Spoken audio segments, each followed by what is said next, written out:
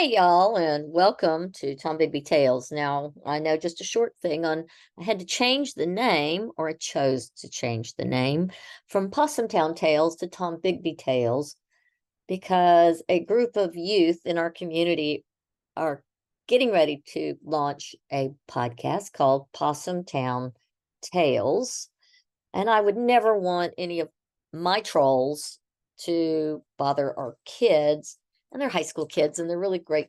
And they're working with the mayor's youth program. So from now on, we are now the Tom Bigby Tales. Anyways, we live on the Tom Bigby River and it's a major element in our community. So I kind of like the name. But today, let's get down to business on help me to understand what the hell is going on with the Columbus Visitors Bureau. I want to give you a little bit of background on the Columbus Visitors Bureau first. The Columbus Visitors Bureau was created by House Bill 1552 in regular session of the Mississippi Legislature in 2011. At that time, Nancy Luke Carpenter was named the interim director, and a board was appointed in 2011 by city leaders and board of supervisors and interested local leadership. The board of supervisors was given a seat to fill, which they always retained the right of appointment for. And on April 15th of 2011, the Columbus Visitors Bureau, also referred to as CVB or CCVB, because it's also the Convention and Visitors Bureau, entered into an agreement to purchase an office in the River Ridge condominium building on the south side of Main Street in the historic district of downtown Columbus. It's on, I believe, it's on 3rd Street South and 2nd Avenue South, which is also called College. In 2011, the county and local economy, and basically the economy of the whole country, was in the middle of a recession that deeply impacted property prices in a drastic downward turn all around the country. However, the property that was purchased by the CVB, which is approximately 4,000 square feet, I think it's 3,985 square feet. That's pretty much 4,000 square feet of office space, is on the north end of a building that is called the River Ridge Condominiums. It was purchased for the price of $759,643 per court records, well above local market prices.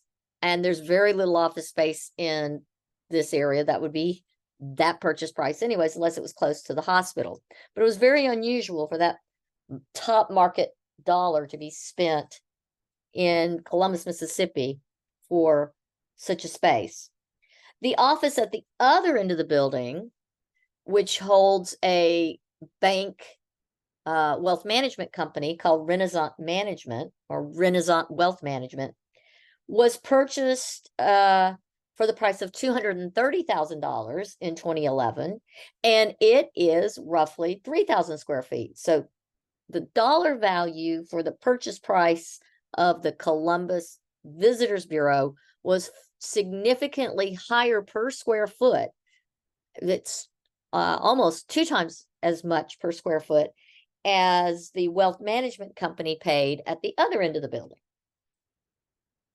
The upstairs of this condominium, it's only 2 stories, has, I believe, 6 or 8 apartments, and they're condominiums that are approximately 1,200 to 1,500 square feet of living space. There's one small studio space that's just under 1,000 square feet. The property originally was owned by a local guy named Frank Loftus. He owns a lot of properties in the area, and he also owns a lot of rentals. He is listed on the deed of sale for the piece of property as an agent of record for RFL, which is Frank Loftus, or Frank Loftus LLC. Now, he sold the land to a man named Mark Castleberry, a local real estate developer. But this is where it starts to get twisted and strange. At that time, when that land was purchased, the developer who purchased that land from Frank Loftus was a guy named Mark Castleberry, who was the treasurer of the Columbus Visitors Bureau board at that time. Now let that sink in. The old owner and builder of the property, later purchased by the Columbus Visitors Bureau, was owned by the treasurer of that same organization. And let's go back. Not only was it purchased by the CVB, it was purchased at an exorbitant price, even by today's standards. At some point in late 2010, after Castleberry purchased the land from Frank Loftus, he changed the name of his organization that owned that particular piece of land to River Ridge LLC. And by 2011, he changed it to River Ridge Condominiums. Now, let's go to April 15th of 2011. Castleberry has purchased the property. The condominiums have been built and finished, and now they are being sold. Castleberry, the treasurer of the CVB and the owner of River Ridge Condominiums, sells the property to the CVB, where their office now stands. On that same day, April 15th, 2011, the bylaws and articles of the condominium were filed in the same Lowndes County courthouse. In that document, the director of the CVB, Nancy Carpenter, is named the director of the condo's internal board. And in those same declaration of condominium rules and regulations and bylaws, it is dictated that the director of the condominium's internal board has the final say in all the decisions made by the condominium board, made up of the residents of that building. Furthermore, in Article 4.18 of the Condo Board Declaration, she, as director, can charge for her time spent at every meeting as long as she is director of the CVB.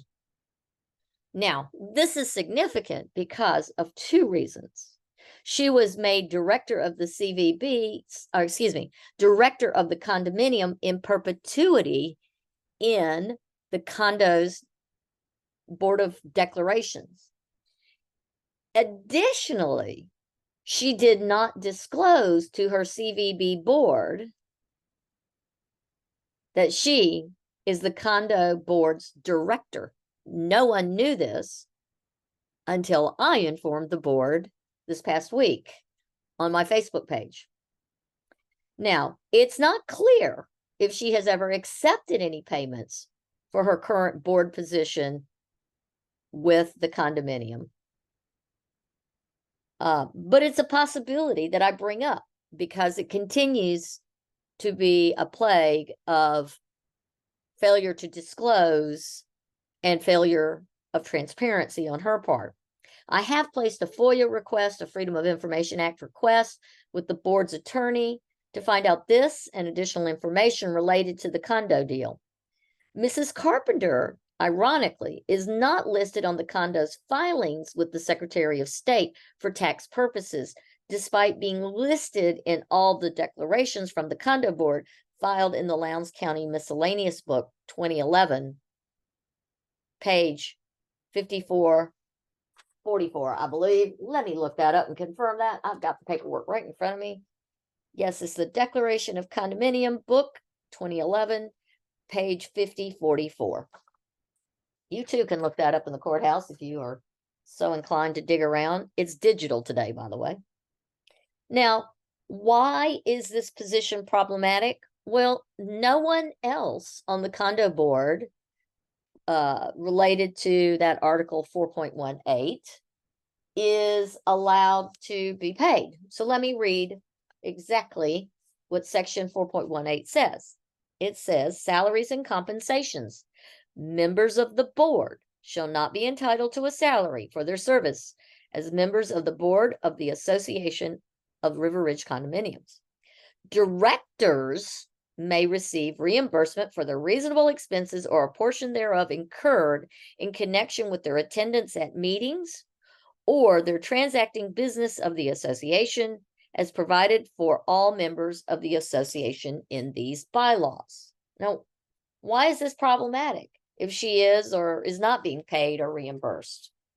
Well, the director of the CVB gets to make significant decisions related to the use of city properties, but we'll get to that. Let's look at the financial reason why this is concerning.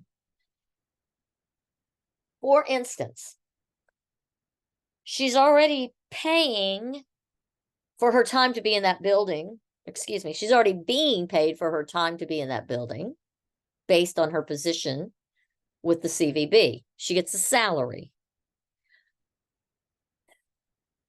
The CVB pays $500 a month in HOA fees back to River Ridge condominiums. Now, everyone in the condominium pays a percentage of what is their part of the HOA fees. Because the CVB has the largest contiguous space in that building, they pay the largest percentage, roughly 22%. The rest of it is distributed based on the size of the units. Because of the size of their unit, if we were to estimate how much money total is collected per month by the HOA, it would be somewhere between $1,800 and $2,000 per month, of which $500 of that comes directly from the CVB into the HOA fees. Now, if the director of the CVB is collecting additional funds based on her work for the board of directors, as director of the board of the condominium, there seems to be a significant conflict of interest. But let's go a little bit further.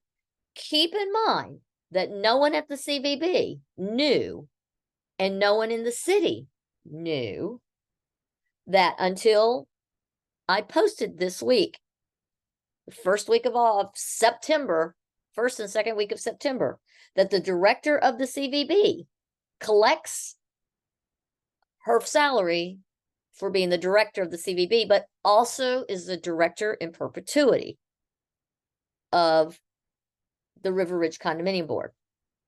The director gets to make significant decisions related to the use of city-owned properties, using her position to withhold rental use of said properties by other community members and nonprofits by leveraging her influence on city items and on the condo. So let me explain. The city built a concrete stage behind a building the city owns on Catfish Alley. The stage overlooks a large green expanse of lawn that is to the east of the Tennessee Williams Welcome Center.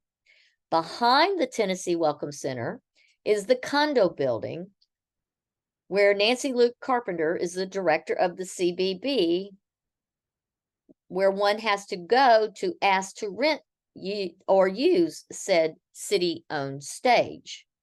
Carpenter is also acting, of course, as the director of the condo board, which we've repeated over and over, which she never discloses.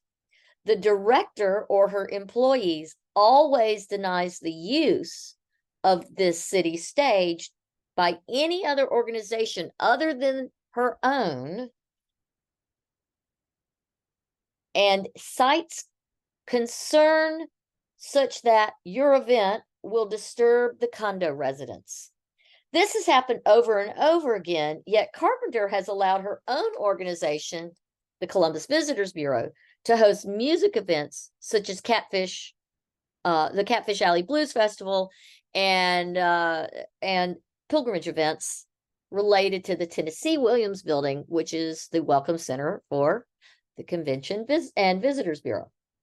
Now, why has no one ever questioned this before?